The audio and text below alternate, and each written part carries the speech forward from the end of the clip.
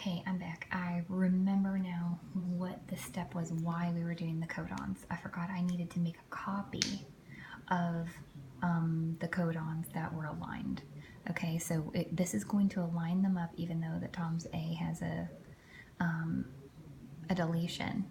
And then I can use that to find out where the deletion is. I'm going to paste it somewhere else to find the deletion. So I'm going to do the A, Tom's allele A. This is the original code. Copy. And paste. Okay. Wild. And copy. And paste. Okay. We're going to submit this.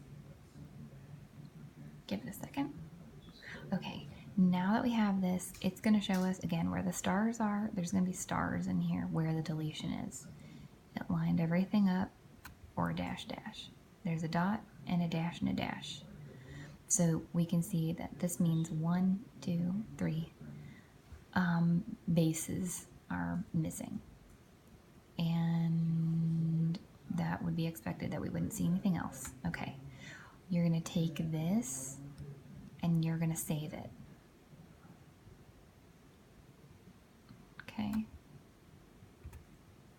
Copy. Oh, I shouldn't have saved that window. Okay, I copied that. I'm gonna close this window. I'm gonna go ahead and save this information on this file, but I'm gonna put it down here. Tom aligned A. Okay, I'm gonna save it here. Okay, Tom's aligned A is saved. Save. Okay. Now, since I still have that in my copy and paste, I'm gonna just keep it. Okay, now the next step is to do color align conservation. So under sequence figures, color align conservation. All right, first things first. Tom's A. Really need to learn how to control V. I'll just do that.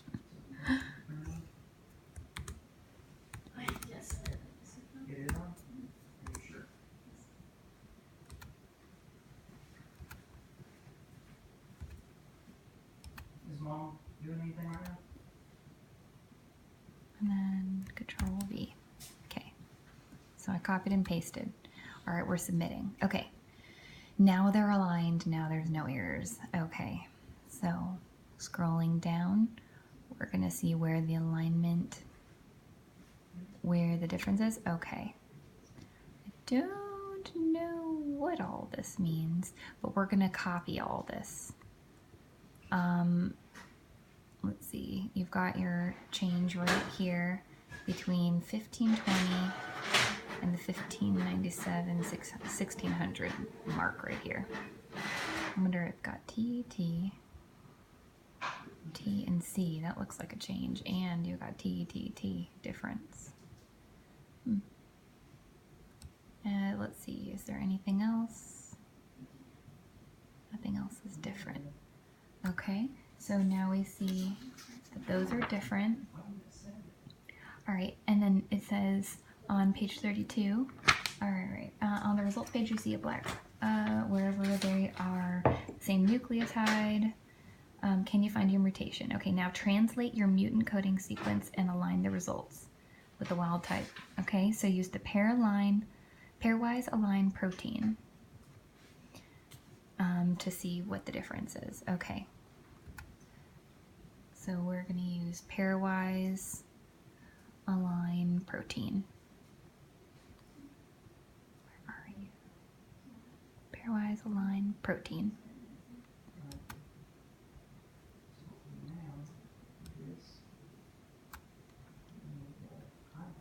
I wonder. Oh, A.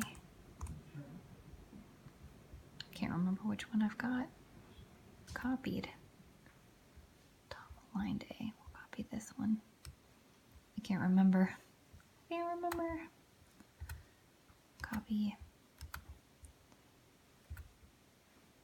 Control V, yeah. And then wild. Let's align these. It's okay. You can, it's fine. You can make noise on it. It's not a problem. Okay. And then we've got wild. Copy. Control V. Okay. All right. Let's see what it says. All right. So, all right. Alignment results. 440.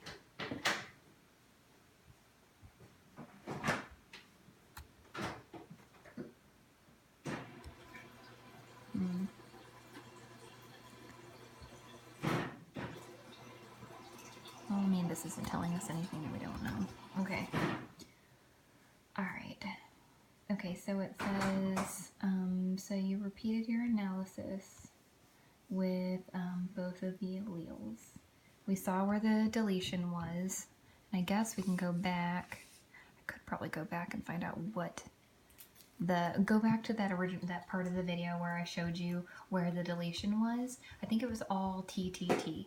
So that means where there should have been, let's see, page 27, where there should be all T, which means all U's essentially. All U's mean phenylalanine, the letter F. Basically where the letter F should have been. There was nothing. And you have to answer about Tom's allele. So Tom has the B allele will fold perfectly and just fine. Tom has his A allele is all wonky. It has a deletion. So do you think that protein will fold correctly? Do you think it'll be useful to a child? Let's say the child inherited Mary's cystic fibrosis allele, and the child also inherited Tom's wonky, deleted, mutated allele, which makes a misfolded protein. Would you say that Tom is a carrier of cystic fibrosis? There are different mutations listed on page 23 for what can cause like cystic fibrosis, but it might be just that any misfolded protein, any way that protein would misfold would cause cystic fibrosis in a child. So, is Tom a carrier for cystic fibrosis? I might say yes. Summarize your findings as in question 3 and determine the probability that Tom and Mary will have a child with cystic fibrosis. So question 3, basically put Tom's answers in there. Okay. Summarize your findings. Instead of for Mary's alleles, you're going to summarize the findings for Tom's alleles. Describe the mutations that have occurred and how they might affect the protein. So you're going to describe the mutations that occurred for Tom, how it might affect the protein.